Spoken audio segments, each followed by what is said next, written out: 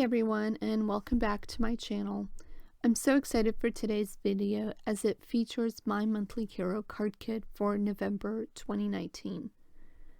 I'm a huge fan of their kits because their value is so incredible and the amount of product you get for the price is just absolutely unbelievable.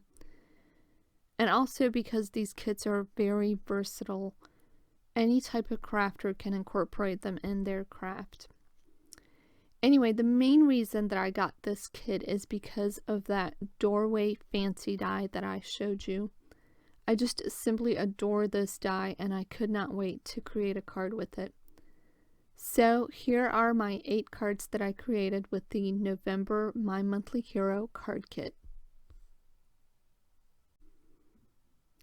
To begin, I'm going to start stamping out all of the images I plan to use for these cards, and I have a piece of Bristol smooth cardstock in my Misty, and I'm treating that with some anti-static powder.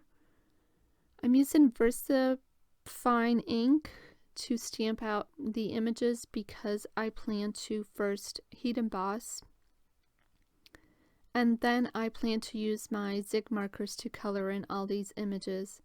And that's why I chose the Bristol smooth cardstock, because for me the easiest way to, or the best results I get with Zig Clean color markers is on Bristol smooth cardstock. I've used clear embossing powder to set the images, and then I'm using my heat tool to melt the embossing powder. For my first card, I have a panel of craft cardstock by MFT, and I'm treating it with anti-static powder. I'm taking the small image of the present from the main kit, and I'm going to stamp out my own background. So I have Versamark ink, and I'm stamping out the present image kind of randomly over the entire panel. I'm going to add white embossing powder to this panel and then melt it with my heat tool. I think there's just something so elegant about white embossing onto craft cardstock, and that's what I envisioned for this card. Next, I'm taking one of the circle dies from the Hero Arts Infinity Circle die set, and I've cut a piece of vellum from it. I'm sort of arranging my images where I think they're going to look good, and then I take the sentiment, which reads Happy Holidays, and place it onto that vellum. I'm heat embossing the sentiment, and I'm using an embossing powder from a previously released Hero Arts kit. This one is called Cherry Red. So I have my background panel, and I'm just trimming off a little bit on each side. And then I'm taking a piece of Gina K Red Velvet cardstock, and I'm just cutting a couple of strips. My plan is to have the red strips the red strips are kind of peeking off to the side from the main panel.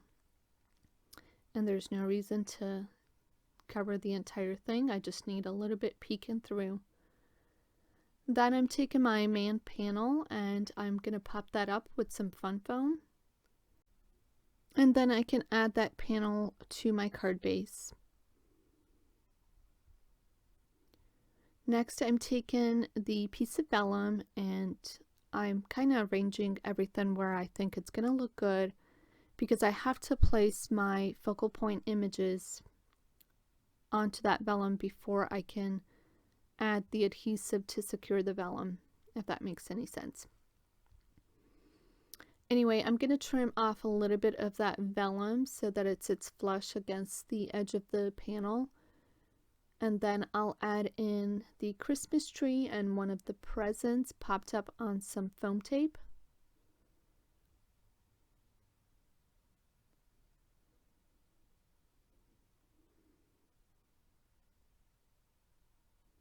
And then taking a glue pen, I'm just adding the adhesive to the back where the foam tape is and right behind the stamped letters so that it kind of hides it. And then I'll set that in place and put like a heavy acrylic block on there to hold it down and make sure it's secured. I'm adding a few enamel dots to that vellum so that I can secure that side of the vellum a little bit, plus it gives it a nice embellished look. And that will complete the first card. For the second card, I'm taking a piece of Nina 110-pound cardstock, and I've die cut it with a rectangle die by scrapbook.com. I'm sort of going to create a wreath from one of the stamps, and I'm using a circle die to draw out the circle. And I keep going back and forth just to check to make sure that my images are a good size for that circle. And then with the pencil, I will just draw out the circle very lightly, and then use the poinsettia image from the kit to start stamping that out. I'm just quickly going to create a couple of masks, and I'm doing that by stamping onto a full sheet of adhesive sticky note, and then I just use my scissors to fussy cut those out. Here I've started creating the wreath, and as I'm kind of going along, I'm erasing the pencil marks, but I could still see the impression of where the circle is. And then I'll stamp out a couple of images and put my masks on, and then I can just continue on.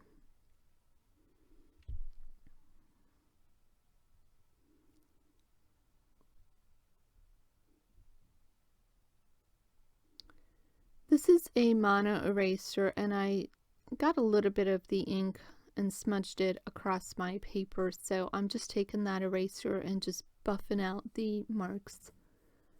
And then of course I'm removing the mask, and there's my wreath all completed.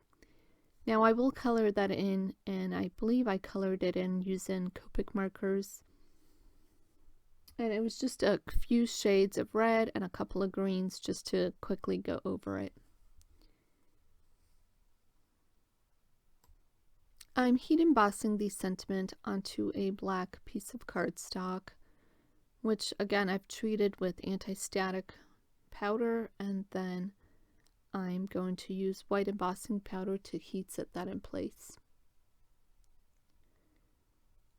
And then you can see on my card front that I stamped out the sentiment directly onto the card, and I gold embossed it, and I did not like it. It didn't look good. So in order to kind of salvage all that work, I'm just going to create a little banner with the sentiment and glue that right over it.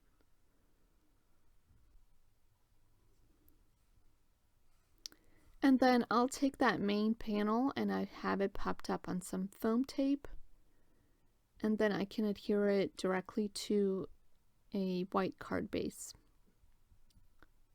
Of course I don't adhere it straight, but that's okay. We just trim off the edges and it looks kind of straight. And then I'm taking my focal point images of this little dog and the little mouse, and I'm adding some foam tape to the back of them and then popping them up. And I do use my Copic markers to kind of add a little bit of shading underneath the dog and the mouse so that they're not kind of just floating in the air. And that is my second card. So on to my third card, I'm again going to create a custom background, and I've pulled out this little thingamajig. It's not thingamajig, it's Stamp-a-majig, that's it. And because I'm slightly OCD, I want the stamped sentiment to be evenly spaced. So hence why I pulled out this little helping tool. Anyway, you could have totally done it without using this, but I kind of wanted a specific look. Anyway, I have a piece of Bristol Smooth cardstock and I'm just stamping out Merry Christmas using Versamark, and then I've white heat embossed it onto that panel. I have Mermaid Lagoon Distress Oxide ink and my blender brush, and I'm concentrating the inking mostly in the right side of the panel. I'm inking mostly the edges and then blending out towards the middle of the panel, each time inking just a little bit less as I go up, so that it's kind of ink blended diagonally. And then I'll take a paper towel, a dry paper towel, and just wipe off the ink off of my embossed letters. I have the images kind of aligned where I think they're going to look good, and I have my sentiment, and I'll be stamping that out. It reads Merry Christmas. Again, I got a little bit of ink onto that panel, and so I'm just going to use my mono eraser and erase that ink right off. I will be heat embossing the sentiment, and so I've treated the panel with anti-static powder, and then I'm inking it up with clear embossing ink. And again, I'm pulling out that red embossing powder from a previously released kit and heat set that into place. The panel is popped up on some fun foam for just a little bit of extra dimension, and then I'm adhering that to a top folding A2 size card base. And then I'll take my images. The chair with the kitty cat is going to be popped up on some foam tape or foam squares.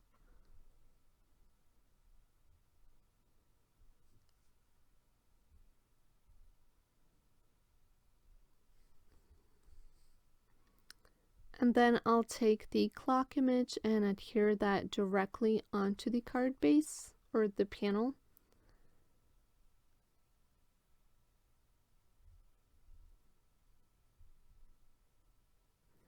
And take my cat or the chair with the cat image and add it right in front of the clock. And that will complete that card. For this card, I'm pulling out a snowy backdrop stamp by Lawn Fawn, and all I'm creating is falling snow by heat embossing over this panel. This can easily be created either by hand drawing snow with like a white gel pen, or using something like an embossing pen and then adding your embossing powder. So you really don't need a stamp like this, but I had it, so I used it. I have a teal colored cardstock, I believe by MFT, and I will try to link everything I used in this video down below as well as on my blog. And then all I did was use Versamark ink. I stamped out the snow, and then I'm adding white embossing powder and heat setting that in place. I have a piece of Gina K Red Velvet cardstock that I've used a die to die cut the edges. And then I'm using this MFT die to die cut the dome shaped out of the panel. I'm taking Broken China Distress Oxide ink and my blender brush, and I'm just inking up the edges for just a little bit of shading onto that panel.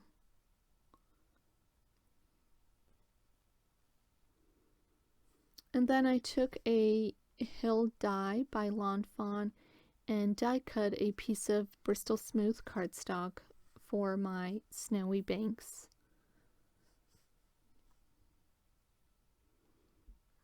I'll just adhere that, and using my dome-shaped panel. I'm just checking to see that it's where I want it. And then I'll ink up the edges a little bit with that broken china ink. Just the edges, and then I'll adhere that panel right over the top of the other one.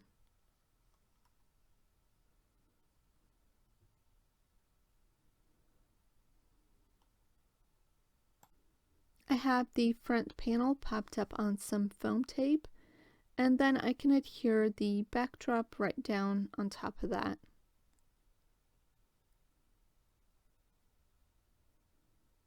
Trying to get it as straight as I possibly can. And then trim off anything that's peeking through the sides. So here's my little image that I'm going to add, and I'm going to adhere him using some foam squares. And he'll also get a little Santa hat on top.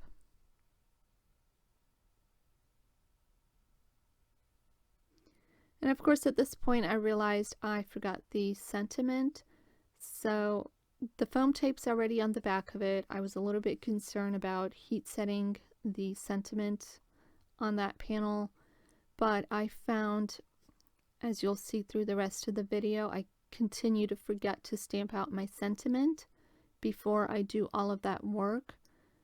So I just found that if I let the heat tool get nice and hot and move very quickly,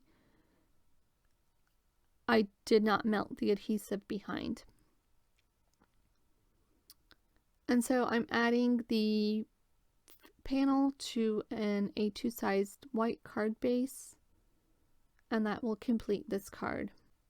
For card 5, I die cut a piece of Neenah Solar White 110 pound cardstock with a rectangle die, and then I'm taking the Christmas tree die and I've die cut that out of that panel. Now here I'm arranging my Christmas doggy to kind of see how it's going to look, but I don't end up using that on this card.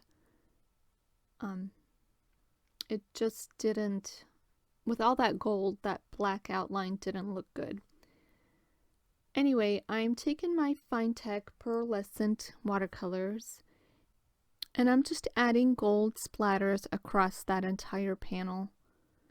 Every now and then I just kind of hand draw in some of the bigger ones so that I get a variety of different splatters. And then once I have that done, I can just set that panel aside to dry. I'm taking the card base of this card and I've inked it up using Versamark ink, just the edges. And then I'm taking some Ranger gold embossing powder and adding that just to the top and the bottom edge. And then I can just use my heat tool to kind of melt that. And it doesn't matter that it's all uneven or distressed looking. That's kind of the look I was going for. So there's my panel, the splattered panel, and I have stamped out the sentiment that reads, "There's no place like home for the holidays." And then I use that same gold embossing powder that I used on the edges to set that in place. The panel, I have it popped up on some foam tape, and then I adhere that to the card base. And I have a gold embossed Christmas tree that I've colored in, and I'm just inlaying that into that panel. And that's just a simple, really quick card, and I think it's just absolutely stunning. Moving on to card 6, I'm going to take one of the smaller images from the kit and create a background. I'm treating the piece of cardstock with my anti-static powder tool, and then I'm going to randomly stamp this image across the entire panel, and then heat set it with clear embossing powder. Now originally my plan was to use colored pencils to color this panel in, but after heat embossing the powder on top, the openings where you could get to the coloring were so small that I had some difficulty, and so I just decided to use my Zig Clean Color brush markers, and they turned out fine. Probably the only complaint I would have is the colors weren't as bright and bold as it would on a white paper, but I think this gives it a bit of a gingerbread house feel, so I like it. I used a wonky stitched rectangle die by MFT to die cut that panel, and then I moved on to creating the sentiment. Now I have no problem in cutting up my stamps to create the sentiment I want, but some of these letters, or the loops of the letters, were so close to the other that I was afraid that I was going to actually cut into the stamp. So I just masked off bits and pieces of the stamp and stamped out the sentiment onto a piece of black cardstock, and then heat set it with white embossing powder.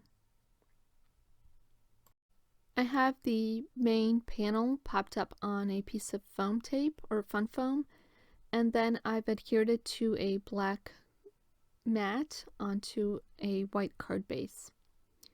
Next, I'm taking a white gel pen and I'm just hand drawing in some white snowballs. And I'll do that across the entire panel. Some are big, some are small. And I think it adds a real nice touch. So here's my sentiment that I wanted. I just wanted for this card, for this sentiment to kind of be the focus. And so I've cut up the sentiments into little strips. There was a couple that I did not cut straight, but we were not going to do it again. And so those I'm just going to tilt one to one side or the other. The sentiment is popped up on fun foam for just a little bit of extra dimension. And that is going to be my sixth completed card. So far, I really tried to make some quick and easy or simple cards using the main kit. But for this one, I'm bringing in the Decorated Winter Branches Window Fancy die, which was an add-on that I purchased. So for card number 7, I'm taking a piece of Bristol Smooth cardstock and I'm going to ink blend the panel using Spun Sugar Distress Oxide ink. And I'm only going halfway with the spun sugar. And I'm really trying to darken up the panel by going over and over again. And I don't know if my ink pad is just a little bit dry or if that particular shade is really light and you need to kind of build up the color. And then the other half of the panel is going to be inked up using Shaded Lilac. Now I've got a piece of Post-it sticky tape across the bottom so that I can hold it into place without leaving my fingerprints. And then once I have the panel inked up with that Shaded Lilac, I'll go back in with the spun sugar and just blend out any harsh lines. And then I just go back and forth until I'm happy with the result. Now I think what I did was I used my purple on the pink, and so I have a little more purple than pink, but that's okay. Next, I've spritzed the panel with some water and then blotted it up with a paper towel. And then I'm going in with some opaque Copic white paint. I'm just adding that to an acrylic block, and then I'll put a little bit of water and do some white splatters across that panel. And then to bring just a little more color, I'm taking Wilted Violet Distress Oxide ink, and I'm just doing a little bit of splatters of that bold purple. And then I believe this is Picked Raspberry. And I go in and I add some of that kind of bold pink splatters on the panel. So I have my die, and I'm going to just snip off the outer oval die that would cut out the panel, because I just want to die cut the inner portions from like an A2 sized panel. So I pop up all of the little pieces out, and I do go back and I die cut the panel a couple of more times so that I can layer and build up the front panel for some dimension. And then I trim off the ink blended panel, and then I can just adhere that down directly onto the A2 size card base.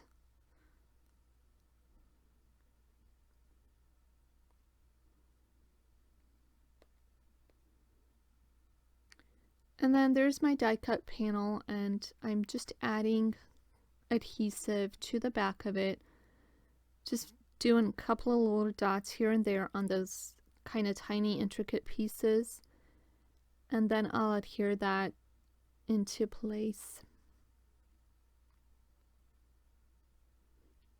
Of course, I do realize at this point I forgot to stamp the sentiment, so very, very, very carefully I'm stamping out Merry Christmas using the Shaded Lilac Distress Oxide ink, kind of at the bottom. And then I'm taking some pretty Pink Posh gems. I happen to have this lilac and pink color in my stash, but I honestly could not see any difference in when I put them against the white card base. So then I just adhered several around the outer edges of the panel, and that will complete this card. And finally, we're on to card number 8, and I was so excited to use this die, and this is probably my most favorite card out of the entire set that I made. So I die cut the panel out of Bristol smooth cardstock, and then I used my Zig Clean Color Real Brush Markers to color the front in. For the inside, I'm ink blending Mustard Seed Distress Oxide ink using a blender brush. And then, of course, here we go again. I forgot to stamp out the sentiment before I added all that foam tape. And so on the mat, it just reads welcome, and I'm heat embossing that with white embossing powder. So one of the reasons why this card is my favorite is because it includes a couple of our cats that we lost this past year. Or actually really one, but so here's story time. Parenting does not come with the manual, so a few years ago when one of our cats was sick, I lied to my then 3-year-old and my 4-year-old about her having to stay at the vet's to receive special medicine. And I figured out of sight, out of mind, right? No. So for a few years, I've skillfully dodged the question of when can she come home, when can we go visit her. I just couldn't do it anymore. And so this past summer I decided to rip that band-aid off and tell him that she died. Unfortunately for me, within a few weeks of finding out the truth, we lost our other cat, which is that little Siamese cat in the front. So for quite a few weeks around my house, it was devastating. So anyway, I'm honoring those two kitty cats by adding them into our Christmas card for this year. And lesson learned, don't lie to your kids. Anyway, I'm going to finish off this card by adding some detail using a red gel pen. And that will complete my 8 cards using the My Monthly Hero kit for November 2019. I hope you found some inspiration in the cards that I created and will consider subscribing to my channel to see more content like this. Let me know which is your favorite in the comments. I think for me, definitely this last one because there is a personal story connected with it, but I truly love all of them for one reason or another. Thank you so much for watching. I truly appreciate everyone that stops by, and I'll see you next time.